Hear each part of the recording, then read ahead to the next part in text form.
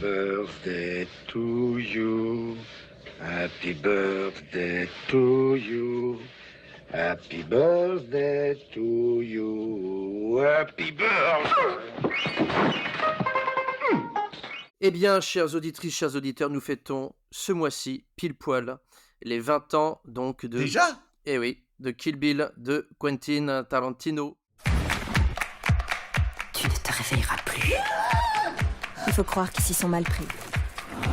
Je suppose qu'il est un peu tard pour s'excuser. Tu supposes bien. Maintenant, soit je tue, soit je suis tuée. Tu as le droit de prendre ta revanche. Ma revanche? Œil pour œil. Il faut que je te tue alors. Ça remettra les pendules à l'heure.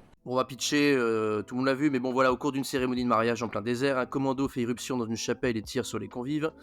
Laissée pour morte, la mariée, enceinte, retrouve ses esprits après un coma de 4 ans. Il est temps, et c'est la première fois d'ailleurs qu'on va évoquer Quentin Tarantino dans 24 images secondes. Bon, je vais tout simplement dire que pour moi c'est un des films les plus jouissifs que j'ai vu de ma vie. Et de le revoir là, mais quel plaisir, même si le regard a changé, hein Thibaut. Oui. Mais ça reste un délire visuel époustouflant. Allez-y, je vous donne la parole à tous.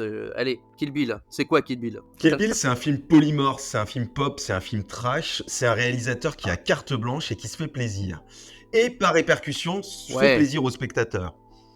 Le gros du public ne sait pas que le film de sabre, le Shambara, est intimement lié dans l'histoire du cinéma par l'inspiration de Kurosawa chez Léon. Mais Tarantino, lui, le sait, et il se fait kiffer dans les grandes lignes en multipliant ses kinks, les femmes fortes, dominantes, et les pieds que vous verrez sous tous leurs apparats, le panard, sous toutes ses coutures, et ses influences cinématographiques, Bruce Lee, Tsuyark, Robert Rodriguez. Pour l'anecdote, il reprend exactement une scène à l'identique de From Dusk Till Dawn, Une nuit en enfer en France. Vous savez, la scène où le shérif Earl McGraw arrive avec sa voiture, c'est la même scène que commence Une nuit en enfer. Et puis la musique, comment ne pas en parler, comme à son habitude, ressort des titres oubliés pour en faire des standards immédiats. Qu'est-ce que c'est? C'est un culte instantané, une déconstruction narrative, des personnages joués en couleur, un univers visuel ultra travaillé, des dialogues abscons et volontairement débiles, à savoir la mythologie des super-héros, les dialogues de Bud, enfin bref. C'est un film somme, c'est à la fois la réunion de l'animation, du film de sabre, du western, et il nous cite toutes ses influences multiples et diverses. C'est un joyeux melting pot, oui, un joyeux bordel, on va dire. Mais en fait, s'il vieillit bien aussi, c'est parce que Tarantino, je pense, se refuse toujours à utiliser des FX numériques. Même si, sur 2-3 plans, j'ai l'impression qu'il y en a un petit peu, mais même s'il dit que non. Notamment la scène où la mariée là, se bat contre. Comment elle s'appelle, celle qui a. Gogo Yubari, avec la guillotine volante. Le principal, c'est que le film vieillit très bien. Je pense que aussi, je ne sais pas si tu l'as cité, mais alors j'espère que je prononce bien, mais il y a Ewan Woping qui assiste Tarantino sur la chorégraphie des combats et qui est réalisateur des deux diapositives dessus. Qui était le chorégraphe de Il était une fois en Chine ou de Matrix, entre autres. Il a pris sa retraite, mais en fait, il a chorégraphié tous les gros films d'action à Hong Kong et au Hollywood des années 80 à 2010 environ. Je pense qu'il a pratiquement fait tous les blockbusters. Et c'est pour ça aussi que c'est une totale réussite. Après, alors c'est dur pour moi de mettre un bémol sur Kill Bill parce que pendant longtemps, ça a été mon Tarantino préféré. En plus, je me souviens, j'avais enchaîné le 1 et 2. Je pense que j'étais avec le sieur Jérém dans un cinéma à Rennes et on avait regardé 4 heures de Kill Bill, donc le 1 et 2 d'affilée. Et je m'étais retenu d'aller aux toilettes pendant 3 heures parce que je voulais pas rater une miette. Tout à fait, je m'en souviens. Il n'y avait aucune pause et que je me refusais d'aller aux toilettes. Donc ça a été un gros moment. Je pense que, en fait, il y a cette ferveur, cet amour du cinéma très adolescent quand même dans le film. Et en fait, en regardant à mes yeux de jeune Quadra, le scénario est d'une simplicité déroutante. Même l'intrigue, en fait, elle tient en 3 lignes, je pense. Si tu voles le scénario, t'as pas grand-chose, en fait. Voilà. C'est ce qu'il en fait. C'est clairement pas un film de scénario, c'est un film de mise en scène, d'univers. Oui. C'est ça, parce qu'il y a un seul thème, c'est la vengeance. C'est le revenge movie par excellence. tout Et le c'est son monde. thème de prédilection Mais aussi, hein. là, ouais, bon, ouais, la liste, voilà, on sait ce qui va se passer, on sait qui bon, à part que le montage est découpé et pas chronologique, mais aussi, le personnage le plus développé de ce film, de cette première partie qui est Orenishi, la partie en animé qui permet toute la liberté possible, toute l'histoire d'Orenishi, tout ce qui fait qu'elle est aujourd'hui ce qu'elle est, c'est la revanche. La première scène, la première personne qui meurt malencontreusement assassinée devant sa fille, que lui dit la mariée, c'est bon bah t'auras droit de te venger plus tard. C'est un cercle vicieux de la vengeance et la vengeance est là quasiment sur tous les plans et tout le sujet. Alors c'est à la fois simple et compliqué et c'est tout l'habillage, le style et toutes les références et tout ce que vous avez déjà dit qui en fait un film très très riche. Le thème il est unique et c'est ce qui en fait sa C'est force. aussi présent la vengeance chez Tarantino que chez Park Chan-wook. Tout à fait. Ouais, donc tu la retrouves d'une certaine façon dans toute sa filmographie quasiment. Ouais. Même Once Upon a Time. Cinéaste de la vengeance. Il en pense pas le docteur Raymond là. Ouais. Bah écoutez, voilà, là aussi, je vais pas être très très original et pas détonner Oh, sur bah tu l'ensemble nous choisis des voilà, super c'est- films aussi, merde. Qu'est-ce qui vous arrive aujourd'hui Ah, D'habitude, vous êtes plus pisse froid. C'est ça. Pour une fois qu'on a des bons films, je veux dire. Voilà, bah c'est, je vais redire ce qui a été dit, mais disons-le bien, puisque voilà, c'est magnifique. C'est un patchwork génial avec une idée par plan, une structure en puzzle, mais qui permet justement de penser indépendamment la conception de chaque séquence.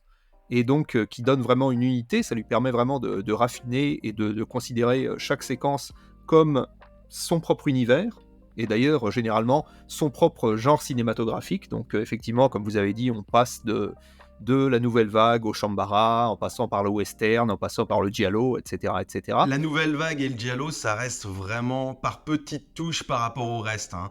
Parce que comment il crache sur la nouvelle vague, maintenant quand tu l'écoutes en interview, il y a quelques splice screens qui m'ont fait penser à ça, mais globalement, c'est plutôt les autres. Mais oui, il y a ça comme Après, citation. voilà, le sous-texte de la mariée était en noir est quand même, enfin, me paraît quand même assez évident pour le coup. Et pour le giallo, c'est surtout les scènes d'hôpital avec Daryl Hannah qui me semblent très très marquées par cette influence. Ah oui, complètement. Et la musique de Pino Donaggio, non, c'est les 39 marches, mais il y a une musique de Pino Donaggio, je crois. Oui, il me semble. Oui. Oui, de Palma aussi. Oui, ouais. c'est- Bah, c'est du giallo de Palma de toute façon. En tout cas, voilà, c'est un parfait régal pop pour notre culture ultra référentielle.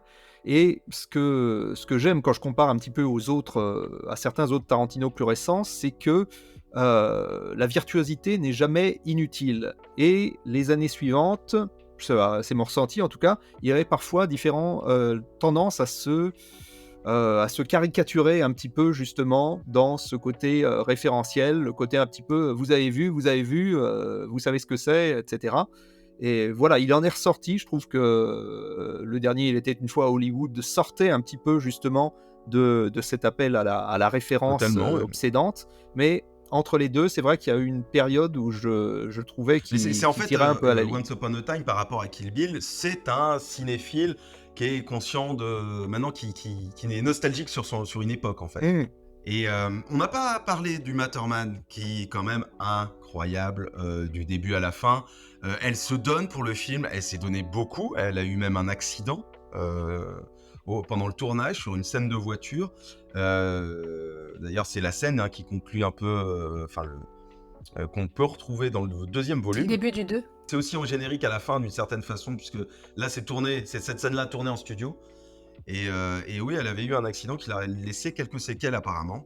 Elle en a voulu après coup, surtout à Harvey Weinstein, je crois qu'elle avait fait pression pour qu'elle ne dise rien ou qu'elle ferme sa Beaucoup de gueule. gens en veulent maintenant à Harvey Weinstein.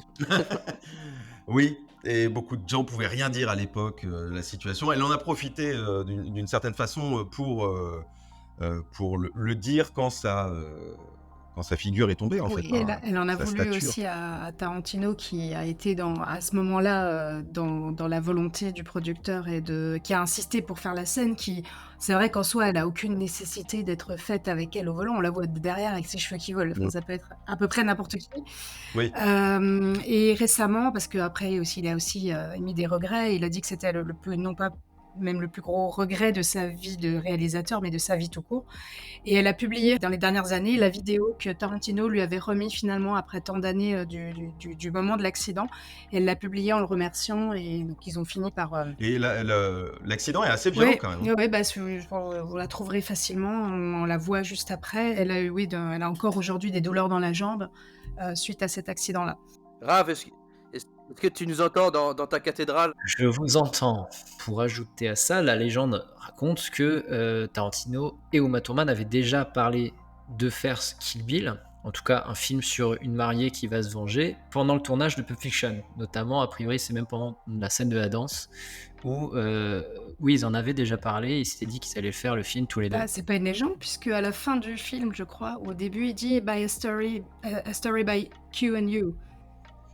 Bah, du coup, ce n'est pas une légende. Alors, je ne sais pas. Les gens fait j'ai peut-être entendu référence au cette fait que anecdote. c'était pendant la scène de danse et Pulp Fiction, mais en tout cas, que c'est Ça eux qui doit en être ont ça, le parlé côté légendaire. et qui se sont fait un délire. Et bah, il a fini par le faire et il l'avait promis. En fait, je crois même qu'il lui avait promis. Je dis, je t'offrirai ce film pour tes 30 ans.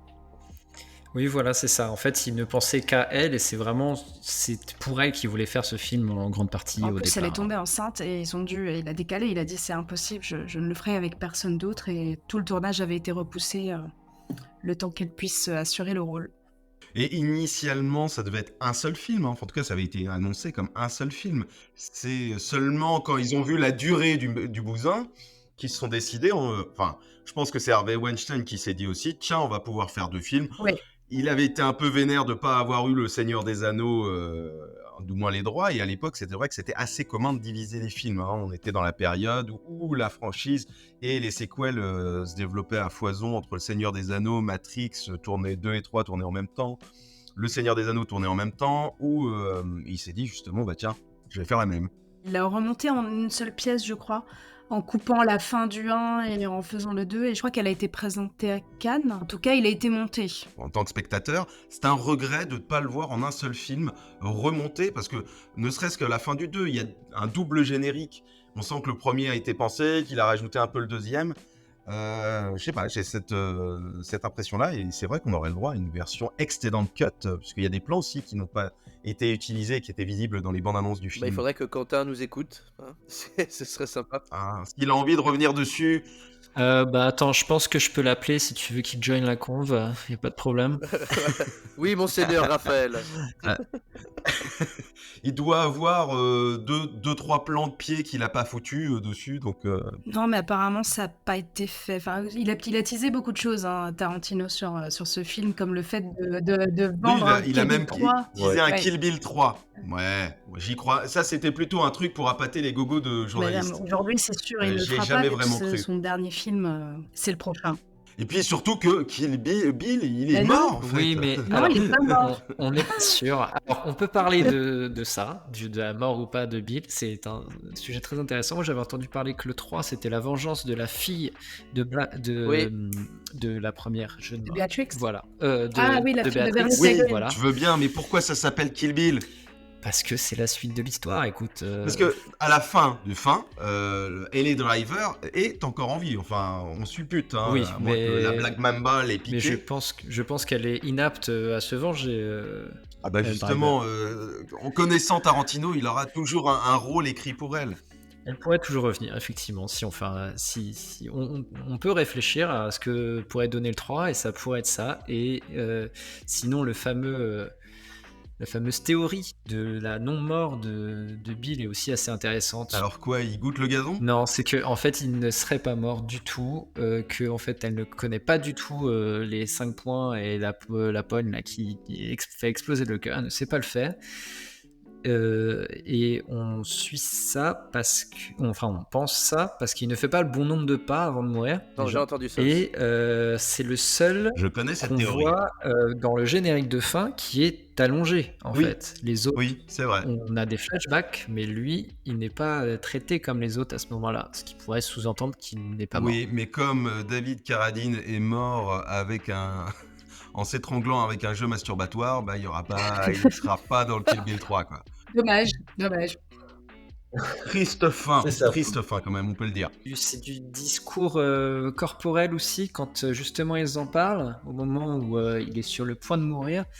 elle lui fait... Alors, je ne sais pas si j'ai plus exactement la scène en tête, mais il lui pose une question, elle répond non, mais en faisant le oui de la tête, ce qui pourrait sous-entendre qu'en fait, pareil, tout est une mise en scène de sa mort et qu'en fait, il n'est pas mort.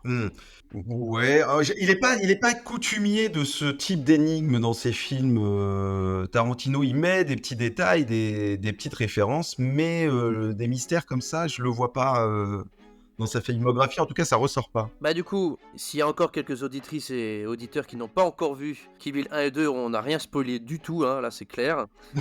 Pas du tout. Alors, pas du tout, comme des Non, porcs. pas Donc du tout. regardez-le, regardez-les. En tout cas, merci à tous pour vos commentaires, hein, toujours instructifs. Et n'oubliez pas, nous sommes maintenant aussi sur YouTube, toujours sur Spotify, Deezer, Apple Podcast, Google Podcast. N'hésitez pas à commenter, à liker si vous voulez, hein, et à nous poser des questions aussi. Il ne faut pas hésiter surtout, ou même à critiquer l'un ou l'une d'entre nous. Il faut y aller franco. Mister Thibault, c'est quoi ta morning routine? Eh bien, je vais te le On dire. va dire qui est le plus beau, qui est le plus intelligent. Voilà. Allez, c'était 24 images secondes. Hasta la vista. Baby.